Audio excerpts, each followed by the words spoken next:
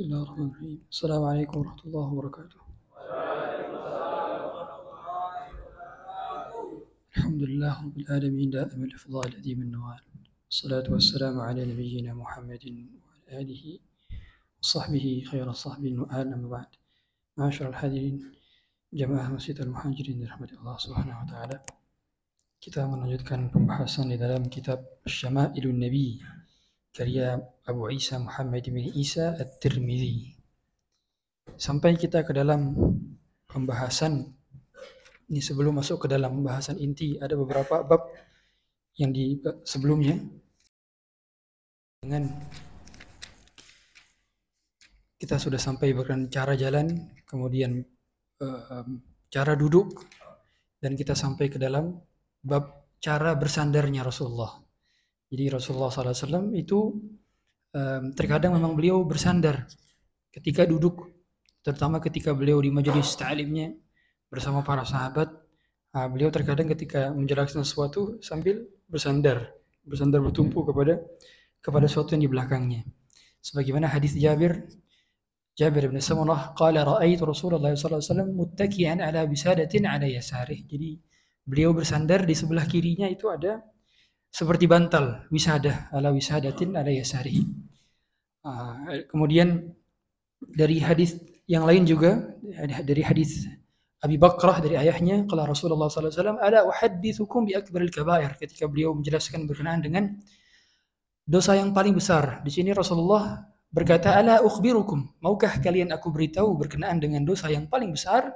Kemudian beliau menggunakan lafaz ala ukhbirukum, maukah engkau aku beritahu?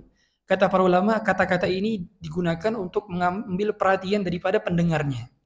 Jadi cara pengajaran yang paling bagus adalah ketika dia berusaha untuk mengambil attention dari hadirinnya. Nah, karena kalau dijelasin secara langsung, kadang-kadang ada satu orang yang tidak perhatian secara langsung. Maka ketika dijelaskan, mau nggak kalian aku kasih tahu gitu kira-kira. Langsung para sahabat merespon hal tersebut dengan antusias. Kemudian kata Rasulullah, qalu bala ya, kata mereka, qalu bala ya Rasulullah, tentu Rasulullah. Kemudian kata Rasulullah, qala al-isyraku billah. Yang pertama adalah dosa syirik yang paling besar. Kemudian uququl walidain, yaitu dosa berdurhaka kepada orang tua. Kemudian Rasulullah melanjutkan sambil bersender. Sambil bersender melanjutkan syahadatuz zur atau qauluz zur, yaitu persaksian palsu atau sumpah palsu atau bohong. Itu merupakan dosa yang paling besar. Dan Rasulullah mengulang-ulang kata sahabat ini, kata Abi Bakrah, fama zala Rasulullah SAW yaqulu hatta qulna laitahu sakat. Rasulullah terus mengulang al-isyraku billah wa uququl walidain wa syahadatu zur, al-isyraku billah, diulang terus berkali-kali. Sampai-sampai para sahabat ini bilang berkata dalam hati mereka, saya merasa kasihan melihat Rasulullah terus mengulang. Khawatir Rasulullah capek gitu. Laitahu sakat, andai saja beliau berhenti begitu. Khawatir Rasulullah kelelahan. Ini bukti bahwa perhatian seorang murid kepada gurunya. Kata para ulama seperti itu. Kemudian lanjut kepada hadis lainnya, seperti hadis Abi Juhfah, qala Rasulullah sallallahu alaihi wasallam, amma ana fala akulu mutakian. Adapun saya tidak makan dalam keadaan bersandar. Jadi Rasulullah sallallahu alaihi wasallam selama umur hidupnya tidak pernah makan dalam keadaan nyender.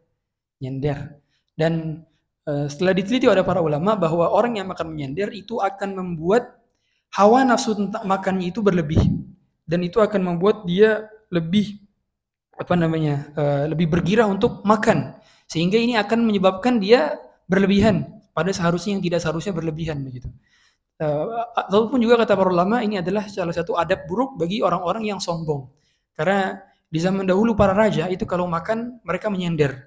Biasanya di sini ada seperti bantal-bantal di kursi kerajaan. Kemudian mereka sambil menyender di bantal itu sambil begini. Di depan ada piring. Mereka makan gini. Itu raja-raja pada saat itu. Oleh karena itu Rasulullah saking tawadhu'nya tidak mengikuti perilaku para raja yang pada saat itu hidup di zaman beliau sallallahu alaihi wasallam. Beliau sangat tawadhu sekali. Kemudian hadis yang lain juga, para sahabat banyak melihat Rasulullah bersandar di atas di atas bantal, bersandar di atas bantal. Dan ini adalah bahwa beliau manusiawi juga, manusiawi.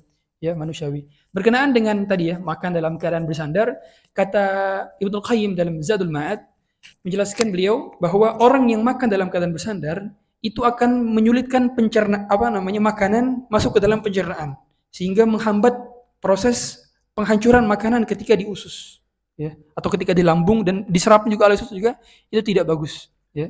Jadi secara medis dan kesehatan telah terbukti bahwa makan bersandar adalah suatu hal yang tidak bagus dalam dunia medis.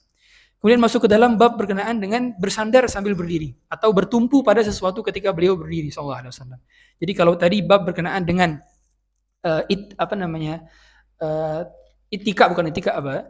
tukaah. Nah, tukaah itu bersandar ketika duduk, adapun ittika itu bersandar ketika berdiri. Nah, sebagaimana ini dilakukan ketika Rasulullah di penghujung hayatnya, ketika beliau sedang sangat lelah atau sangat sakit, maka beliau kadang bertumpu kepada seseorang sahabat di depannya. Sebagaimana hadis Anas, anna Nabi sallallahu alaihi wasallam kana syakiyan fa kharaja yatawakka'u ala Usamah bin Zaid. Rasulullah ketika itu sedang sakit, syakian itu seperti bersuara merintih. Gitu. Kemudian Rasulullah keluar dan bertumpu kepada Usamah bin Zaid. Usamah bin Zaid anaknya Zaid bin Harithah. Hubbun Nabi sallallahu alaihi wasallam. Kecintaan dari kecintaannya Nabi. Jadi Zaid bin Harithah adalah kecintaan Nabi. Usamah anaknya Zaid adalah kecintaan dari kecintaannya Nabi. Usamah ini umur 18 tahun sudah menjadi panglima perang. Banyak di antara ulama, di antara para sahabat yang mereka menduduki jabatan-jabatan strategis di usia muda. Sebagaimana Abdullah bin Mas'ud menjadi perbendaharaan negara, orang yang diamanahkan jadi staf ahli negara di usia 17 tahun. Subhanallah. Kemudian di sini bahwa Rasulullah bersandar kepada pundak daripada Usamah bin Zaid. Kemudian berdiri dan beliau sallallahu alaihi wasallam salat ke masjid. Salat ke masjid. Jadi beliau sallallahu alaihi wasallam sepanjang hidupnya tidak pernah tidak salat berjamaah. Pasti selalu salat berjamaah. Hatta sampai ketika beliau sallallahu alaihi wasallam sakit pun beliau minta digopoh untuk pergi salat berjamaah. Sehingga dari perilaku sallallahu alaihi wasallam ini para ulama menyatakan, sebagian para ulama di antaranya mazhab Hambali menyatakan bahwa salat berjamaah itu fardu ain. Adapun mazhab Syafi'i mengatakan salat berjamaah itu fardu kifayah. Sebagian ulama lain, mazhab-mazhab lain menyatakan salat berjamaah adalah sunnah muakkadah. Nah, adapun kita hendaknya mendawamkan salat berjamaah hingga akhir hayat hidup kita. Kemudian dari Fadl bin Abbas, Rasulullah itu meninggal di hari Senin. Kemudian sakit dari hari Rabu. Ketika itu digopoh di sebelah kanannya oleh Fadl bin Abbas, sepupu beliau sallallahu alaihi wasallam. Dari sebelah kiri digopoh oleh Ali bin Abi Thalib. Digopoh ketika itu lagi sakit. Dimintakan air 2 qirbah ya, untuk diguyur kepada wajah beliau sallallahu alaihi wasallam agar beliau tersadarkan diri. Kemudian digopoh sampai kakinya ini menyeret ke tanah. Menyeret ke tanah, digopoh untuk pergi salat ke masjid. Dan pada saat itu Fadl bin Abbas juga menjadi tempat sandaran daripada Rasulullah SAW ketika beliau berjalan. Dan ini beliau lakukan ketika beliau sedang sakit. Ketika itu imamnya adalah Abu Bakar Siddiq. Yang mana ketika Rasulullah sudah datang, maka Abu Bakar Siddiq mundur.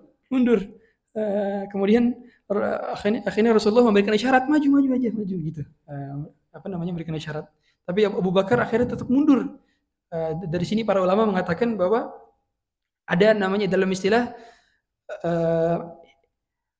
al-adabu khairun min imtithal amr. Terkadang adab itu lebih utama daripada perintah, daripada mentaati perintah. Dari sini Abu Bakar udah disuruh sama Rasul sudah tetap maju, tapi Abu Bakar tetap mundur.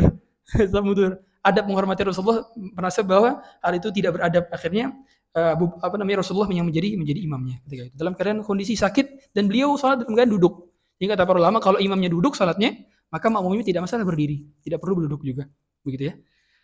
Kemudian bab berkenaan dengan cara makan Rasulullah. Cara makan Rasulullah ini yang menjadi syahid daripada pembahasan kita. Dari Ka'ab bin Malik, anna Nabi sallallahu alaihi wasallam kana yal'aqu asabi'ahu thalathan. Beliau kalau makan itu kalau gini menjilat. Beliau menjilat ketiga jarinya. Tandanya kata para ulama, Rasulullah berarti makan dengan 3 jari. Makan dengan 3 jari ini kata para ulama itu hanya pada makanan-makanan yang memang bisa dimakan dengan 3 jari. Nah, kalau antum makannya soto, ya nggak bisa pakai 3 jari. Yang ada dapat satu nasi, satu biji nasi doang ya, nggak bisa. Jadi makan makanan yang bisa dimakan 3 jari. Nasi sebetulnya masih bisa, karena nasi itu masih bisa bisa ditempel-tempelin gitu kan. Saya dulu pernah coba di pondok, oh masih bisa nih. Jadi nggak masalah kalau misalkan mencoba. Nah, dulu teman-teman saya bilang, oh nggak apa-apa kalau dapat sunahnya, misalkan kita kan buru-buru waktu di pondok itu karena waktunya sangat disiplin sekali. Akhirnya kita coba makan 3 kali suapan dengan 3 jari. Setelah itu baru menggunakan sendok secara cepat begitu. Karena waktunya mepet begitu. Maka kita disunahkan untuk mencontoh Rasulullah dengan menggunakan 3 jari ketika makan. Dan ini kata para ulama juga tidak perlu dipaksakan. Kalau memang makanannya nggak bisa dimakan dengan 3 jari, ya udah kita mengamalkan sunnah sesuai dengan kemampuan kita. Ya, karena beliau kita ketahui makannya adalah roti 3 jari. Dan ini menandakan bahwa orang makan dengan tidak rakus. Ya, karena kita lihat ada sebagian dari orang lain ya makan itu dengan segini, Pak. Nah, antum suka nonton di YouTube orang India? Nah, seperti itulah makannya dengan makan kayak begini, Pak ya. Dan itu makanya makan gini. Subhanallah. Sangat jauh dari adab Rasulullah. Jadi adab Rasulullah dengan 3 jari. Ini kan tandanya orang tidak rakus ketika makan gitu ya. Kemudian berkenaan dengan ini juga kata para ulama, hendaknya ketika kita makan bareng, kita menjilat tangannya jangan pertengahan makan pas sebelum orang lain beres. Nah, karena itu dikhawatirkan membuat orang lain jijik. Ya. Orang masih makan, aduh, udah nggak lanjut lagi tuh makannya. Tapi kapan? Ketika sudah dinampan sudah habis, orang sudah pada beres semua, baru kita. Bahkan dalam hadis lain itu, hatta yal'iqaha au yul'iqaha, sampai dia menjilat jari sendiri atau dijilatkan oleh temannya. Sahih ini benar. Jadi antara sunnahnya adalah menjilatkan kepada saudaranya sendiri. Nah, kalau belum sama teman belum bisa, minimal sama istri. Cobain sama istri. Yang beb, cobain dong, jilatin. Nah, cobain. Karena beliau melakukan ini kepada istri-istri beliau sallallahu alaihi wasallam juga. Kemudian di antara sunnah daripada beliau adalah sebagaimana beliau katakan, idza saqatat luqmatu ahadikum falyumit anhal ada. Kalau ada makanan kalian yang terjatuh, maka ambil kemudian buang yang kotornya. Waliyakulha, kemudian makan. Wala yada hali syayatin. Jangan sampai ada satu butir nasi pun, satu butir makanan pun yang itu dimakan oleh syaitan. Jadi Rasulullah ini mengatakan apabila ada makanan yang kotor, jatuh terus kemudian kotor, buang yang kotornya kemudian makan. Nah sekarang banyak di antara kita makan, jatuh, dan makanannya belum kotor, tapi kita tidak mau makannya. Di sini Rasulullah perintahkan makanan yang udah kotor untuk menghilangkan kotoran itu. Ya, makanya usahakan ketika makan jangan pernah sisa. Saya lihat orang-orang di kantin, loh ini kok makan kok 1-2 suap yang diambil oleh si mbak-mbaknya di kantin itu nggak dimakan sama dia. Makanya kalau mau makan sedikit, requestnya dikit aja, nasinya dikit aja, Mbak. Saya nggak pakai ini. Jadi nggak mubazir. Karena kalau mubazir kita berarti telah menyediakan hidangan untuk syaitan, dan itu adalah perbuatan yang tercela, gitu ya. Apalagi kita lihat orang-orang di luar sana di Afrika atau jangan jauh-jauh deh, kita lihat di tengah jalan banyak orang susah makan. Berapa hari dia belum makan? Ya, belum lama ini kita dapati ada orang di Kalideres katanya dia mati dalam kelaparan. Allah alam itu benar apa tidak? Yang jelas harus kita syukuri nikmat dalam setiap butir nasi yang Allah berikan kepada kita. Sebagaimana kata Allah Subhanahu wa taala, lihatlah apa yang kalian makan, ya. Unzur ila ta'amikum, gitu kan. Kemudian dari sini juga kata para ulama, karena kita tidak tahu butir beras nasi mana yang menjadi keberkahan bagi tubuh kita. Karena di antara setiap makanan yang kita makan itu ada yang dijadikan sebagai gizi, ya. Kita nggak tahu nih dari setiap makanan itu yang mana dijadikan sebagai gizi dalam setiap anggota tubuh, dan yang mana juga kita nggak tahu energi yang digunakan sebagai ketaatan, kita nggak tahu dari butiran nasi mana. Sehingga kata para ulama mengapa dianjurkan untuk menghabiskan setiap makanan, ya. Bahkan kata para ulama kita nggak tahu makanan yang berkah itu ada di jari kita atau sudah kita makan atau masih di nampan atau di bawah nampan atau yang jatuh. Kita nggak tahu. Makanya harus di make sure yang di jari nggak ada, Yang di nampan udah nggak ada, yang di bawah nampan nggak ada, bahkan yang berjatuhan tuh nggak ada. Semuanya dimakan semuanya. Nah ini diantara sunnah Rasulullah SAW dalam cara makan, mensyukuri semua nikmat. Makanya kita lihat kalau ada orang di pesta-pesta itu mubazir, makanannya nggak dihabisin. Tapi kalau lagi makan bareng-bareng, usahakan harus habis. Gimana caranya? Ya, kemudian dari sini juga Rasulullah SAW sama seperti Abi Juhfah, bahwa beliau itu tidak makan dalam keadaan menyender, dan kata para ulama menyender di sini berbagai macam maknanya. Ada yang menyender maksudnya seperti tiduran, ya, mustalqiyan. Ada juga yang tadi seperti begini menyender, atau begini. Jadi, mohon maaf, begini nih. Jadi ditumpu pakai tangan kirinya, dia makan begini. Ya, disender. Nah itu termasuk ke dalam penafsiran para ulama tentang makan menyender itu seperti apa, gitu ya. Dan ketiga dari hal tersebut itu terlarang kata para ulama. Dan terlarang di sini bukan terlarang sampai derajat haram, tapi derajat makruh atau khilaful aula minimal. Ya. Kemudian berkenaan dengan hadis ini juga Rasulullah SAW pernah didatangkan oleh Anas bin Malik, utiya Rasulullah SAW bitamrin fara'aituhu ya'kul wa huwa muq'in minal ju'. Rasulullah itu pernah didatangkan kurma-kurma dan beliau makan sebagiannya dalam keadaan iq'a. Nah, apa itu iq'a? Iq'a itu duduk seperti ini Pak ya. Saya contohkan. Iq'a itu duduk seperti ini. Ini iq'a. Iq'a seperti ini. Dan itu termasuk bagian daripada cara gerakan sholat juga. Iq'a. Jadi selain daripada tawarruk, iftirash, kemudian iq'a. Tapi yang utama adalah iftirash dan tawarruk. Tawarruk dalam setiap rakaat terakhir, adapun iftirash dalam setiap 2 rakaat. Gitu.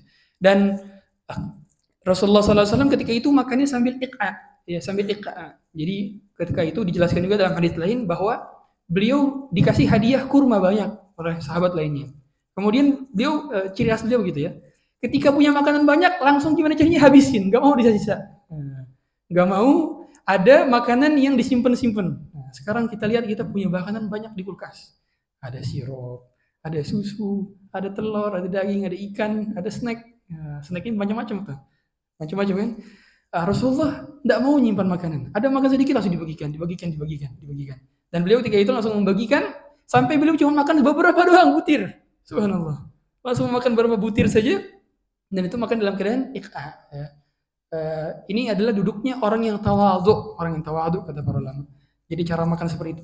Beliau juga kadang-kadang makan sambil tawarruk, bayangkan. Makannya sambil tawarruk. Saya menggambarkan itu kan menyebabkan apa? Menyebabkan orang nggak mau berlama-lama dalam makannya. Sebagian orang makan berlama-lama, dinikmati terlalu berlebihan. Padahal kata sebagian para salaf, athqalus sa'atin 'alayya sa'atun aqulu fiha. Jam-jam terberat, saat-saat terberat dalam hidupku adalah ketika aku makan, ya. Antum tahu ada ulama mazhab Hambali dia punya kitab namanya Al-Funun. Al-Funun itu 800 jilid. Dan setiap kali makan, itu dia makannya adalah roti yang dibasahin. Supaya kenapa? Supaya dia tidak memiliki detik demi detik yang dia gunakan untuk mengunyah. Jadi pengen gak ngunyah langsung telan.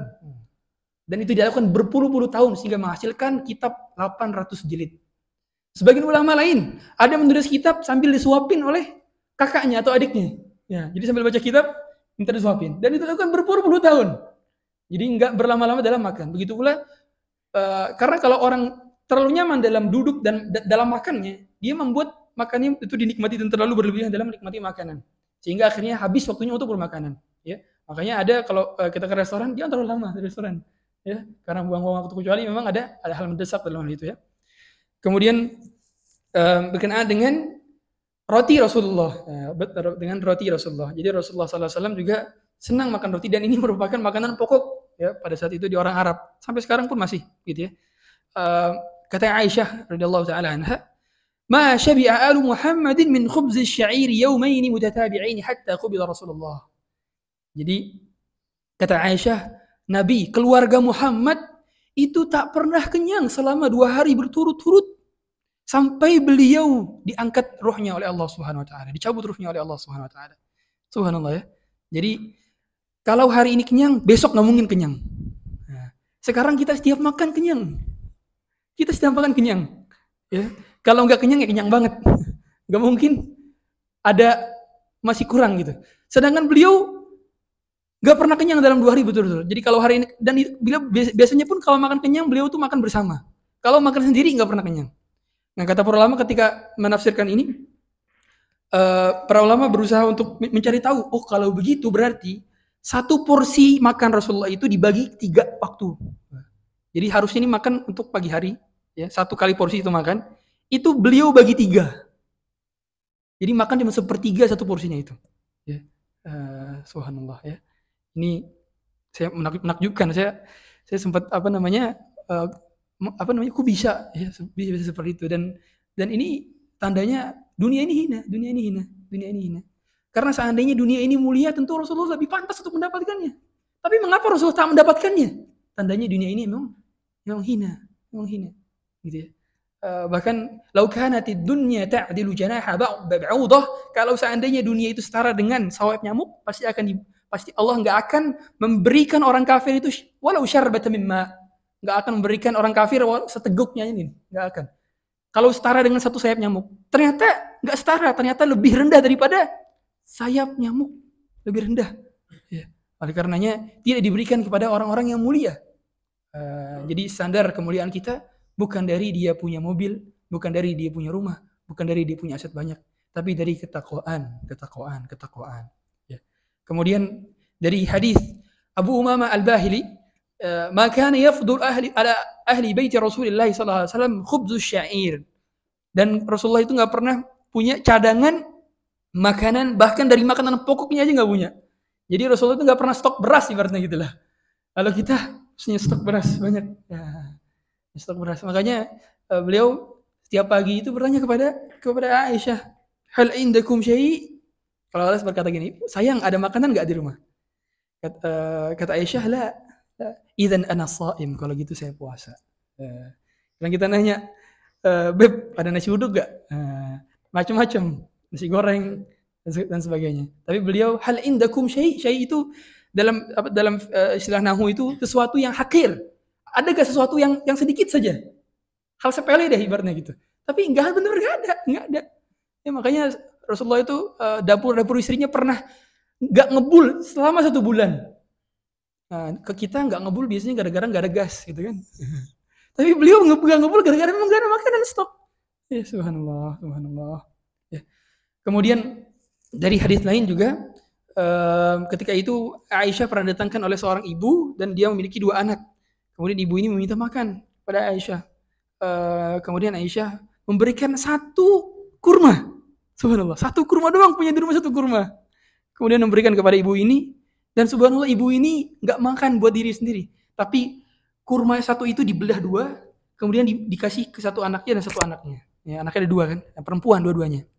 Kemudian kata Rasulullah sallallahu alaihi wasallam, "Man ibtuliya min hadhihi al-banat bi shay'in kunna lahu sitran min nar." Siapa yang diuji dengan memiliki 2 anak perempuan, maka 2 anak perempuan ini akan menjadi benteng baginya ketika dia berada di neraka. Naudzubillah. Jadi kata para ulama, ini adalah keutamaan memiliki anak perempuan. Kalau dia punya anak 2 perempuan dan kedua anak perempuannya berhasil dia didik hingga besar dan menikah dengan orang-orang saleh, ya, artinya orang yang baik agamanya, maka itu bisa menjadi benteng bagi dia ketika di akhirat. Nah, ini diantara keutamaan punya anak perempuan. Kemudian berkenaan dengan ini juga kata Ibnu Abbas, "Kana Rasulullah sallallahu alaihi wasallam yabitu al-layali al-mutatabi'ata tawi'an huwa wa ahluhu." Rasulullah itu sering melalui malam-malam panjang tanpa makan. Bahkan tawiyan itu sampai perutnya itu bunyi. Dan itu sering bukan 1 kali 2 kali. Coba terakhir perut kita bunyi kapan, Pak? Kapan terakhir perut kita bunyi? Dan beliau melakukan itu di malam-malam panjang. Jadi kalau ba'da maghrib enggak ada tuh namanya di tungkunya itu enggak ada makanan, sering enggak ada makanan. La yajiduna asya'an, enggak, jarang makan malam. Wa kana aktsaru khubzihim khubzus sya'ir. Kalaupun ada cuman gandum doang. Berarti beras doang. Ya, beras doang. Ini mengapa kita belajar seperti ini, supaya kita menganggap remeh dunia. Jangan dibesar-besarkan. Karena hati ini adalah dia tergantung apa yang kita lihat, tergantung apa yang kita dengar, dan tergantung apa yang kita ucapkan. Dia corongnya nih di mata, di pendengaran, dan di ucapan. Nah, kalau kita lihatnya kehidupan selebriti yang megah-megah, lihat review artis mobil-mobil, lihat kehidupan rumah orang-orang yang besar-besar, kita akan condong hati kita ke sana. Kalau kita ngaji seperti ini, kecil semuanya. Nah, nggak ada apa-apanya. Karena Rasulullah aja nggak dapat itu, nggak dikasih itu sama Allah. Tandanya memang nggak mulia orang yang dapat dunia itu, gitu kan? Nah, kecuali memang dipakai untuk ketaatan. Nah, itu baru yang menjadikan mulia harta itu. Kemudian kata berkenaan dengan ini juga dari Sahal bin Sa'id, akala Rasulullah SAW an-naqi, apakah Rasulullah makan gandum yang halus? Bertanya kepada Anas bin Malik. Kata Anas bin Malik, tidak pernah. Ma ra'a Rasulullah SAW an-naqi hatta laqiya Allah. Bahkan bukan Anas bin Malik, kata Sahal, Rasulullah jangankan makan gandum yang halus, ngelihat saja belum pernah. Gitu kata dia. Jadi gandum itu ada jenis grade-nya. Ibaratnya beras. Berasnya ada grade-nya. Ada beras Raja Wali. Ini mohon maaf, beras yang paling bawah apa namanya? Raskin, ya kan? Nah, beliau tuh kalau makan gandum yang kasar-kasar, bukan gandum yang halus-halus. Luar biasa. Ya.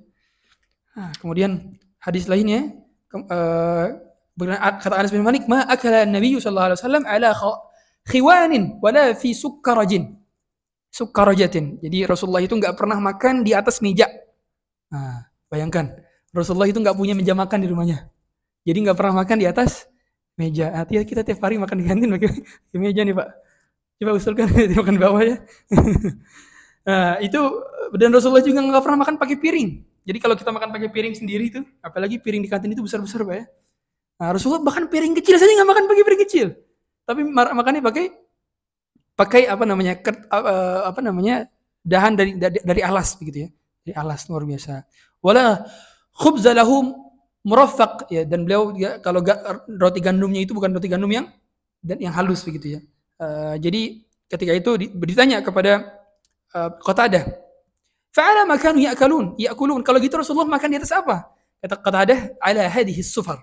Rasulullah makan pakai sufrah, alas makanan. Jadi memang ada alas untuk makanan ya, bentukannya gitu. Kenapa pakai alas makanan? Kata para ulama, supaya nanti kalau makanan jatuh itu gampang diambilnya. Jadi nggak langsung ke tanah, dan ini adalah pertengahan, jadi nggak makan langsung di tanah juga, tapi pakai alas. Dan itu pernah kami melakukan juga ketika di pondok, dulu pakai nampan, tapi ada alasnya gitu ya. Kemudian di sini juga ada hadis berkenaan dengan Masruq ya. Masruq ini adalah seorang tabi'in. Masruq itu secara artinya dia pernah diculik waktu kecilnya. Kemudian ketemu sama orang tuanya di waktu besar. Dan dia ketika itu ditawari makan oleh Aisyah. Dakhaltu ala Aisyah. Dia sedang mampir gitu kan ke rumah Aisyah, kemudian Aisyah mengajak dia makan, ya. Kemudian kata Aisyah ketika mengajak dia makan, kata Aisyah, "Ma ashba'u min ta'amin fa asha'u an abqiya illa bakaitu." Setelah Rasulullah wafat, ketika aku makan dalam keadaan kenyang, maka aku seketika langsung menangis, mengingat-ingat bagaimana dahulu Rasulullah tidak pernah makan kenyang selama 1 hari atau 2 hari berturut-turut. Jadi Aisyah ketika Rasulullah wafat, kalau makan kenyang nangis, makan kenyang nangis, mengingat Rasulullah bahwa Rasulullah tidak pernah makan kenyang selama 2 hari berturut-turut, gitu ya.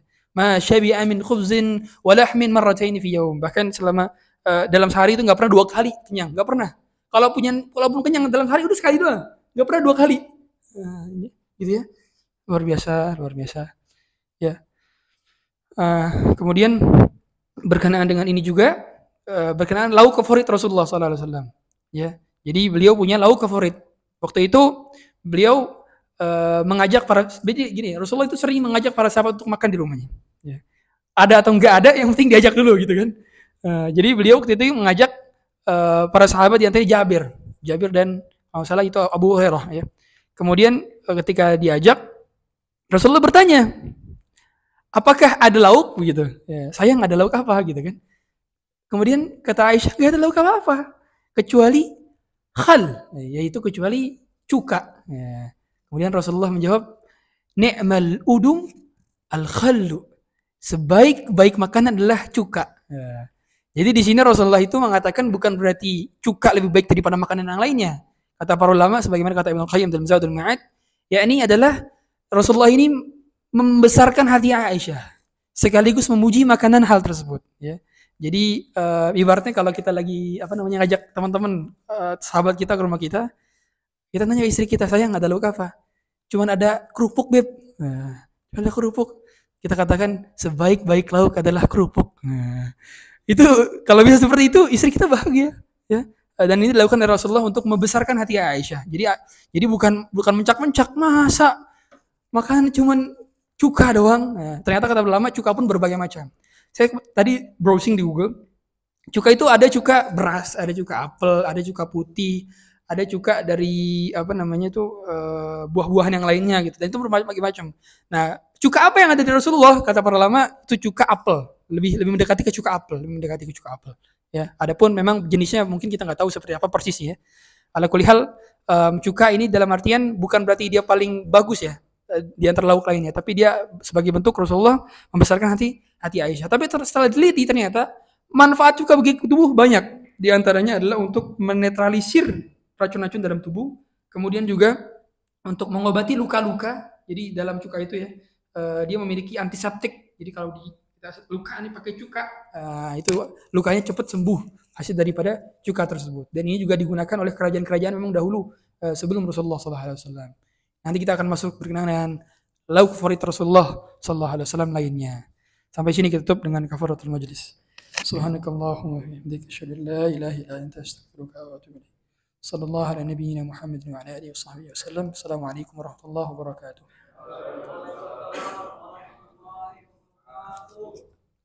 Silakan snacknya, Pak.